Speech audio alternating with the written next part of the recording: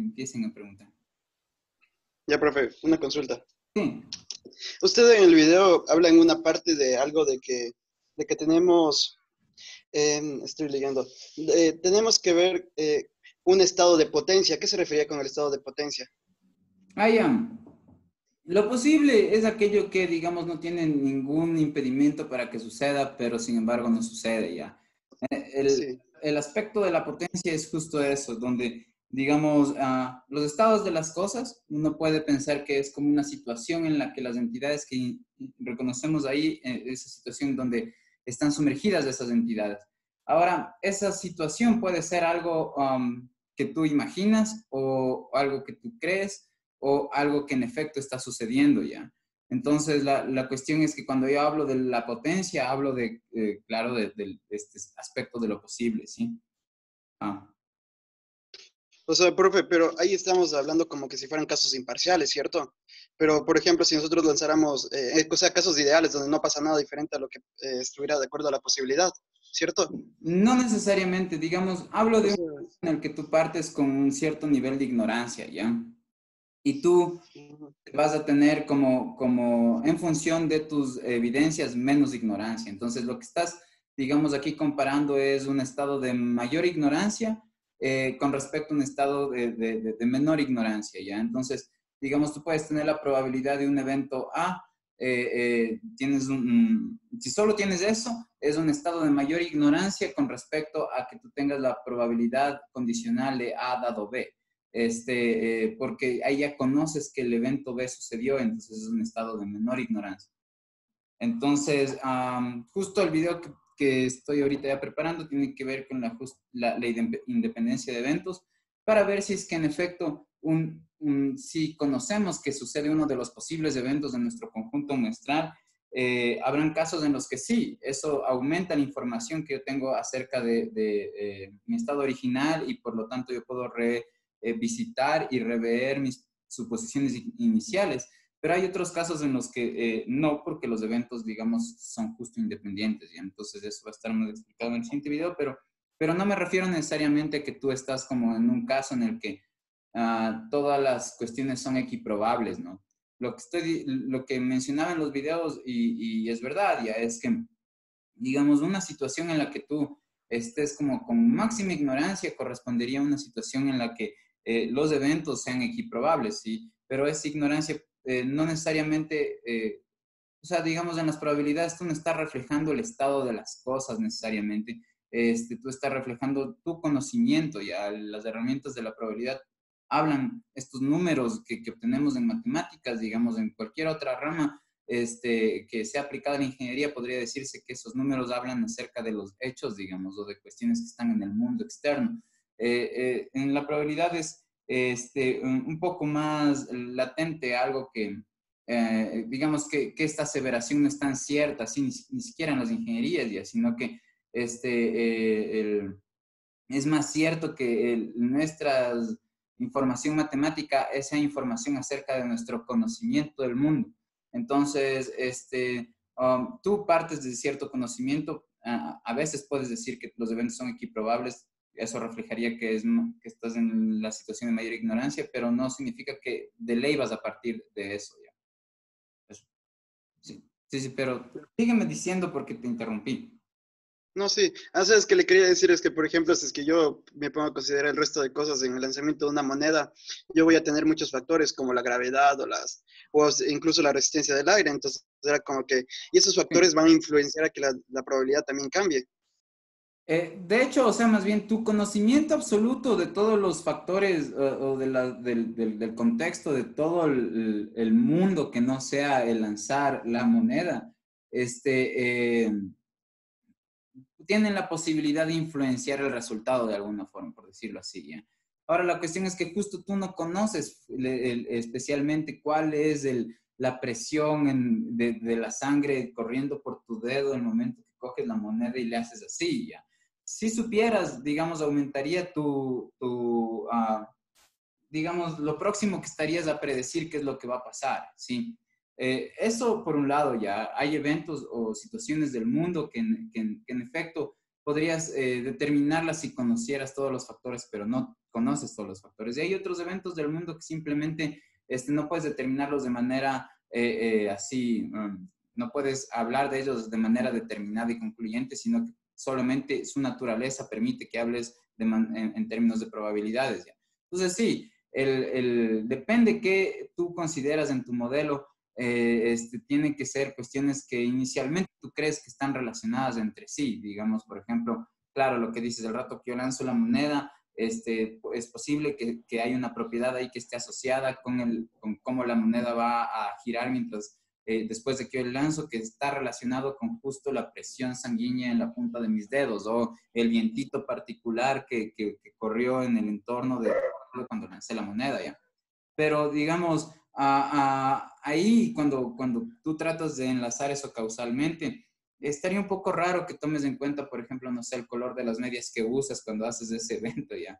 Entonces, sí, en pocas, todo esto tiene que ver con el tipo de conocimiento que tú consideras que deberías adquirir y que te es relevante para poder surfear entre esta incertidumbre y poder hablar de un evento que no es determinista, ¿sí? No tiene que ver necesariamente con el conjunto de eventos y situaciones que hay en el mundo externo, es que ¿cuáles son esos, ya? Esto también es un problema como metafísico cagado, ya, es como que, digamos, cuando termina algo y empieza otra cosa, ya,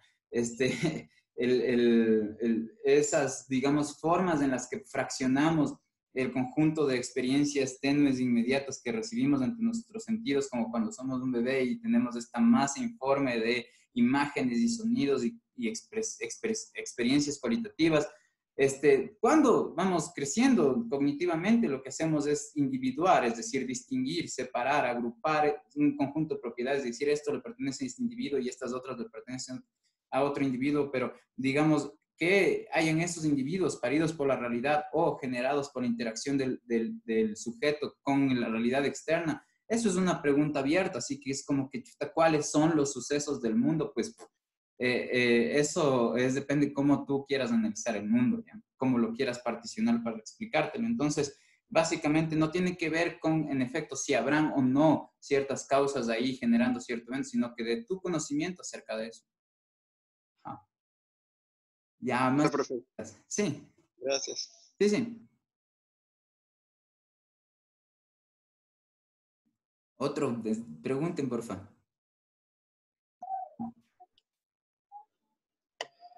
Ingeniero, buenas tardes. ¿Qué tal?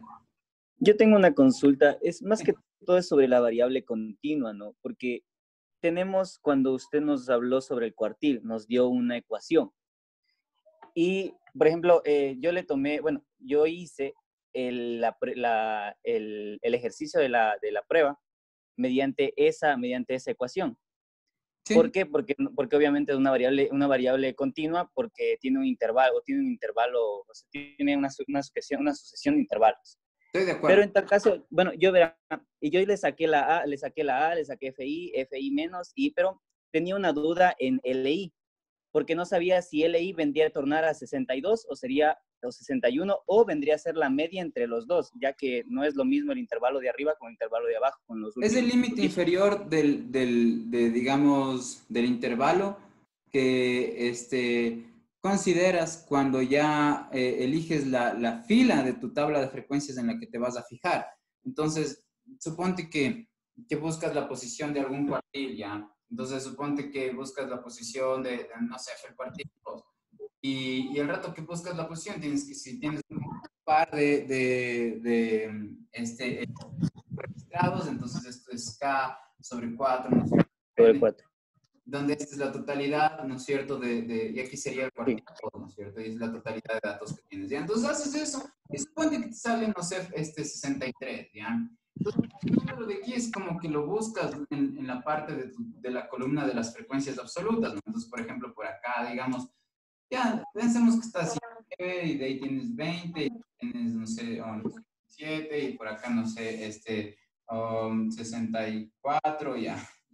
Entonces, digamos, la cuestión es que buscas este número aquí, y como no está, pero digamos está entre el 37 y el 64, entonces coges el que es superior, digamos, te fijas en este número, y este número está en esta fila. Entonces, el rato que vas a esta fila, vas a llegar a una parte en la que tienes los intervalos. Entonces, aquí los intervalos estos intervalos tienen un límite inferior y aquí un límite superior. Entonces, este es el límite inferior al que te tienes que referir. Ya, sí, ya entonces, verá, bueno, yo sí le hice todo eso y obviamente mi Q2 me salió 25. El Q2 obviamente solamente haciéndole el cálculo por medio del par, solamente dándole la proporción para saber en qué posición se encontraba con el valor absoluto acumulado. ¿Ya? Y porque la sumatoria de todo eso, la sumatoria del valor absoluto vendría a ser n, me salía 50. Entonces me vendría a tornar a un valor de 25, que se encontraría entre el intervalo 16 y 31. Siendo 31, entonces siendo la sección de 31, donde voy a coger el LI, que vendría a ser 62. Y yo saqué el valor de 38.4, pero me salió que estaba mal, entonces no sabía en qué parte me había equivocado, porque sí saqué el valor absoluto del... Ya, Porque puedo hacer eso, ¿ya? Puedo, digamos, ver cómo resolver ese ejercicio. Entonces, les voy a compartir mi pantalla, ¿ya? O sea, les puedo mostrar ahorita cómo sería de hacer eso. Entonces, de gana les voy a compartir la pantalla. Es que quiero coger la tabla de datos, ya por eso les quería compartir. Entonces, denme un ratito, ya voy a buscar la tabla esa de datos, ¿sí? Ujú. A ver, ya. Solo voy a buscar, entonces, 2 minutos solamente van a ver mi cara buscando cosas, ¿ya?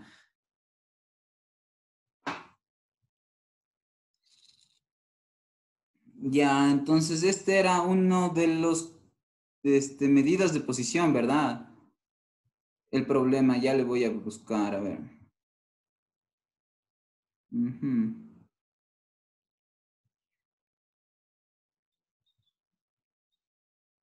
Ah, ya.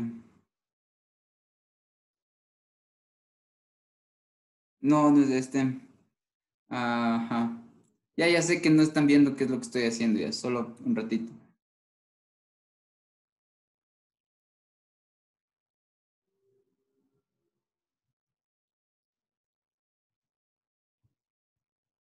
Mm. Ya encontré. Entonces, hagamos ya. Ya les muestro qué estoy haciendo.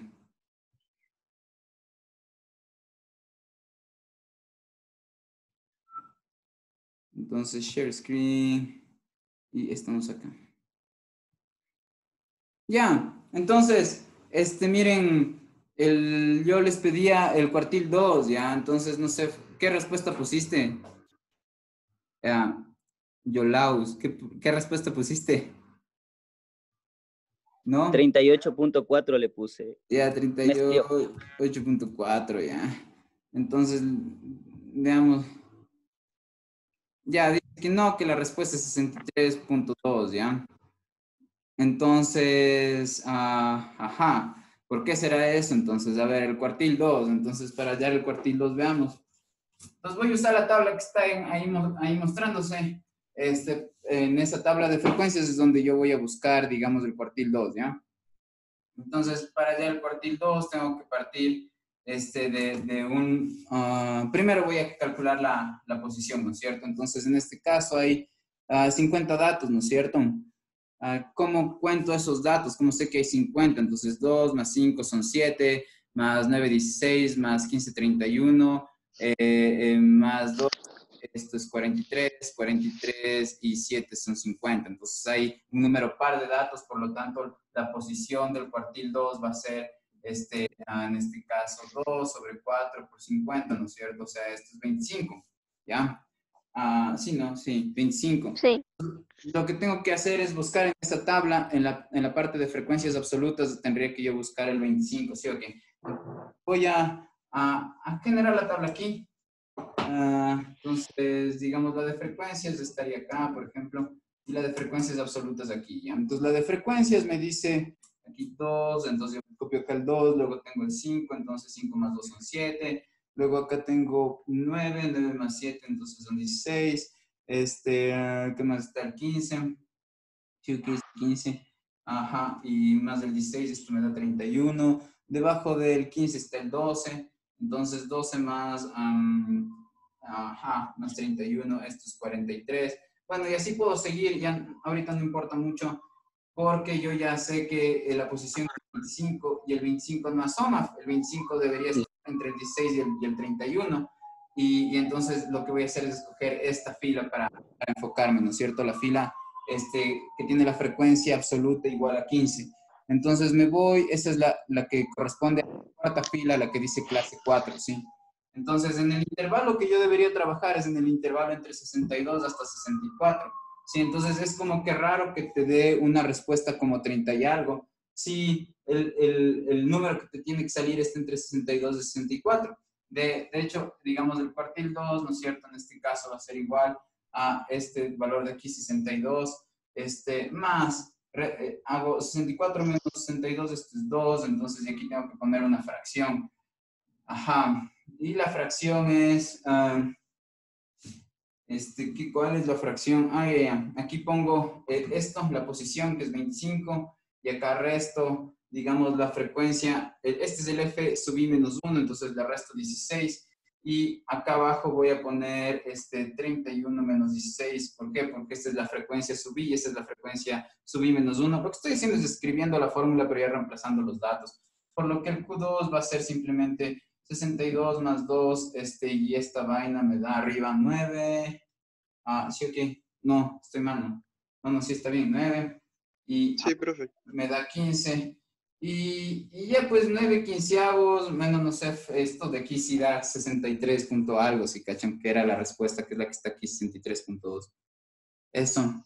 Entonces ahí mírale dónde, no sé, cometiste error, pero la respuesta salía 62. ¿Cómo dice ahí? 63.2. Ajá.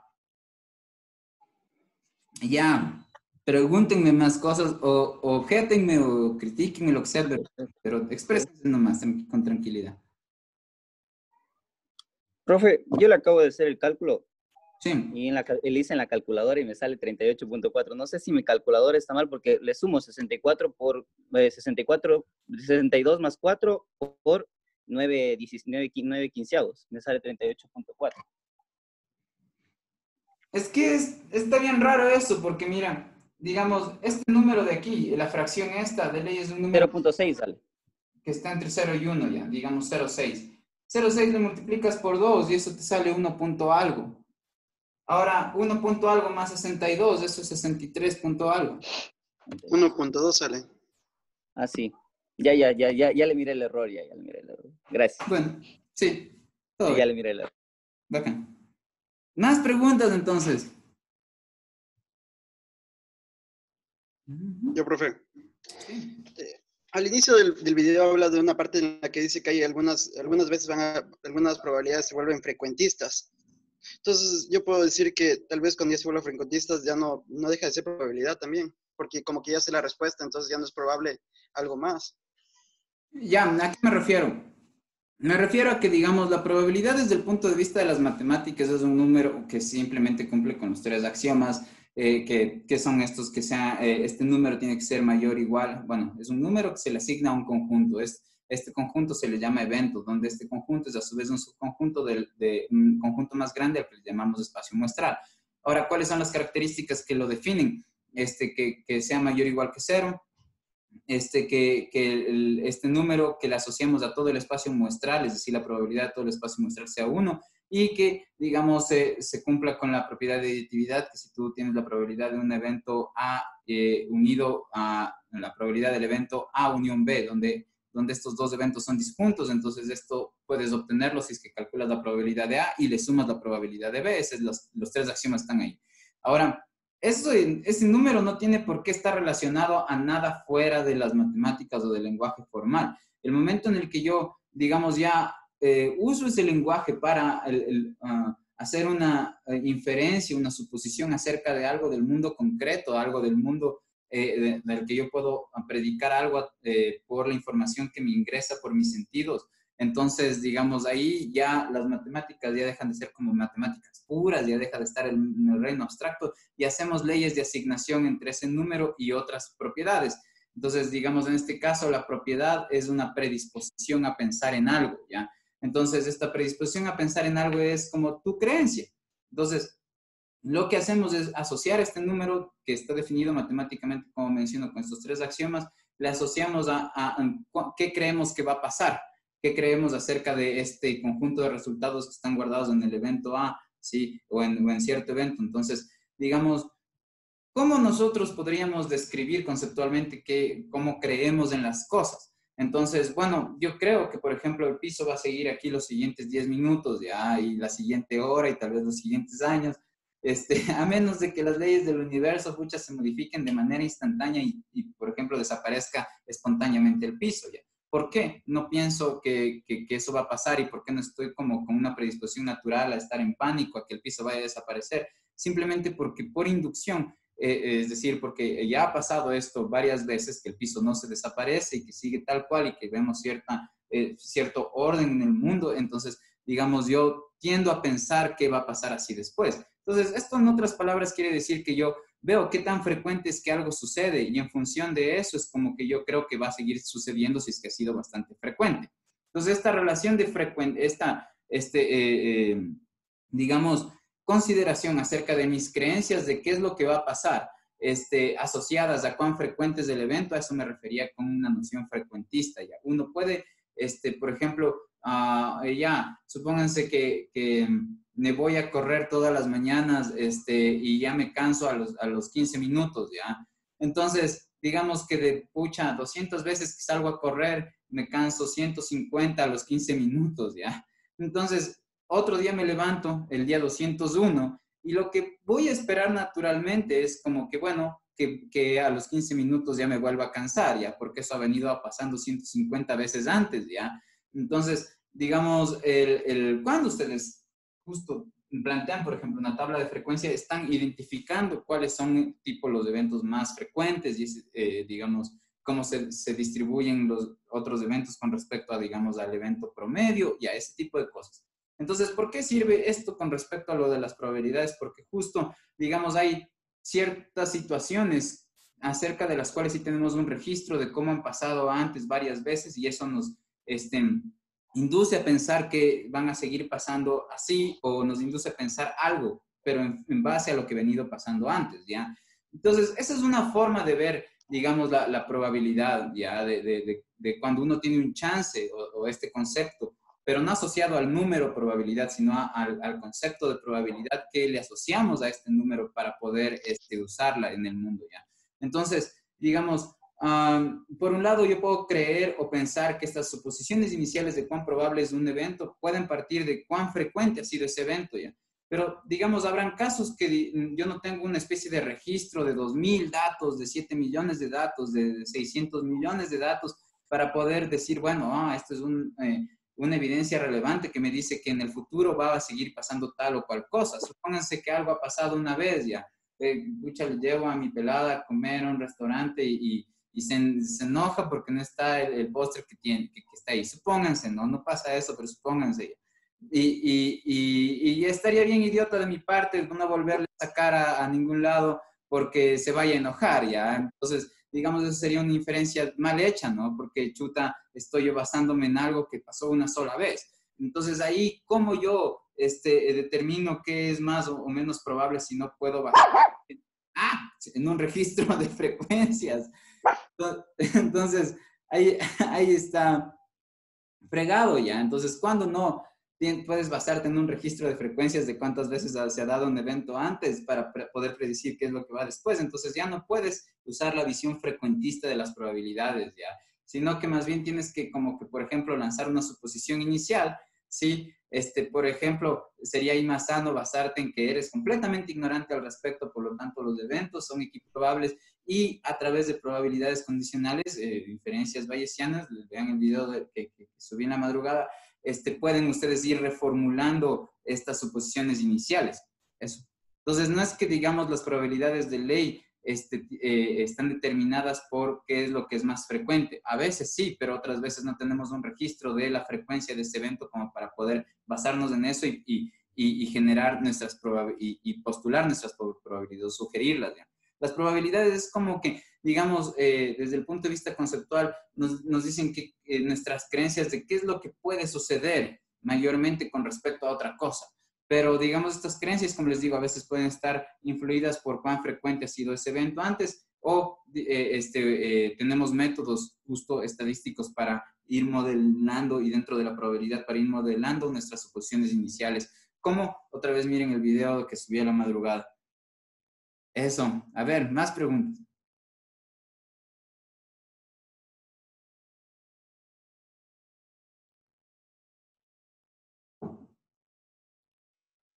Ajá.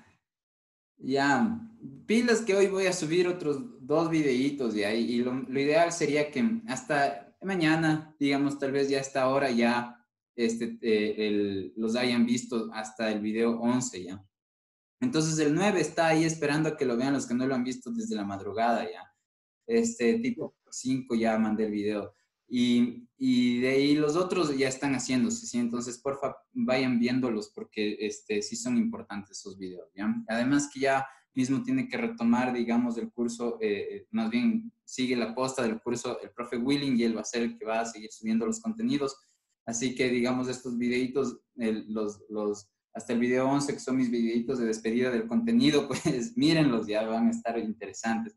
Y de ahí con todo, yo estoy martes y jueves va a mantenerse el horario de preguntas para cuando, digamos, ya estén con los otros profes me puedan preguntar nomás.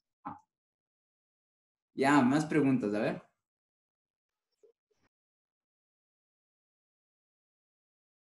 Yo, profe, otra vez. Estaba Sí, esperando a sí. que alguien pregunte, pero no pregunten ya. Bueno. O sea, tenía vuelta otra consulta. Era referente a la parte, al inicio, cuando usted nos hizo, en los primeros videos de esto, decía que nosotros expresábamos mal al hablar de decir que nosotros tenemos una probabilidad en porcentajes. O sea, entonces, ¿cómo es la manera correcta en la que podríamos expresarnos hablando estadísticamente de una probabilidad en porcentajes? Ya, ya. Bien, bien. Digamos, no es que está mal, ya, sino que uno no tiene que dejarse guiar por ningún dogma, digamos. No siempre, bueno, pensar que las probabilidades son porcentajes es pensar que siempre nosotros adquirimos esas probabilidades por cuán frecuente es algo, ya. Tipo, de 100 veces que pasa algo, no sé, 80 salen mal, ya, no sé. Entonces, ahí yo estaría hablando en términos de porcentajes porque, o si yo considero que las probabilidades son únicamente porcentajes o son únicamente expresables en términos de porcentajes, es como que yo estaría mostrando una actitud ideológica con respecto a eso, ¿ya? Donde yo estoy dándole énfasis a un aspecto de cómo concebir la probabilidad, ¿ya? Que sería darle énfasis al aspecto frecuentista. Sí pueden decir, ¿ya? Digamos, la probabilidad de esto sería el 70%, ¿ya? Sí pueden decir eso, pero digamos, no piensen que porque pueden hablar de esa forma, las probabilidades son porcentaje, ¿ya? Porque, digamos, uno habla en términos de porcentaje, a pesar de que matemáticamente, digamos, yo tengo, por ejemplo,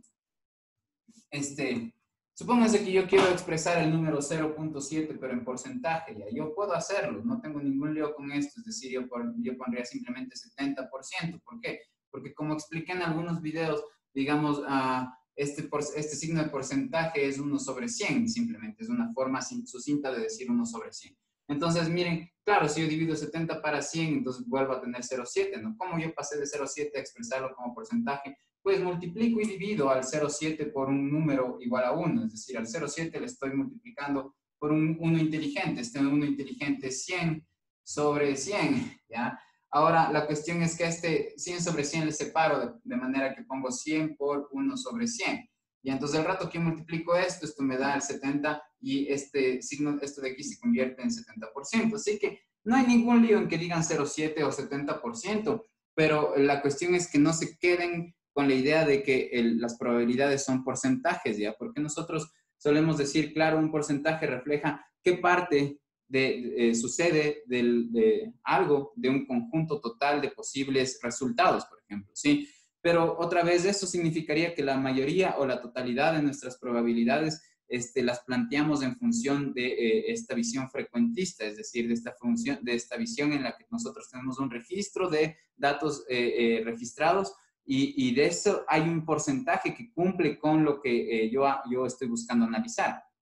Entonces, si es que nosotros tenemos esa visión, digamos, la cortaríamos, limitaríamos las posibilidades de entender en su amplitud de las probabilidades, porque no todas las probabilidades se sugieren por una visión frecuentista. Es solo eso ya. Pero claro, sí pueden decir, digamos, la probabilidad es 70%, pero otra vez no se aten a ese lenguaje, esa forma de hablar. Ya también pueden decir que la probabilidad es 0,7.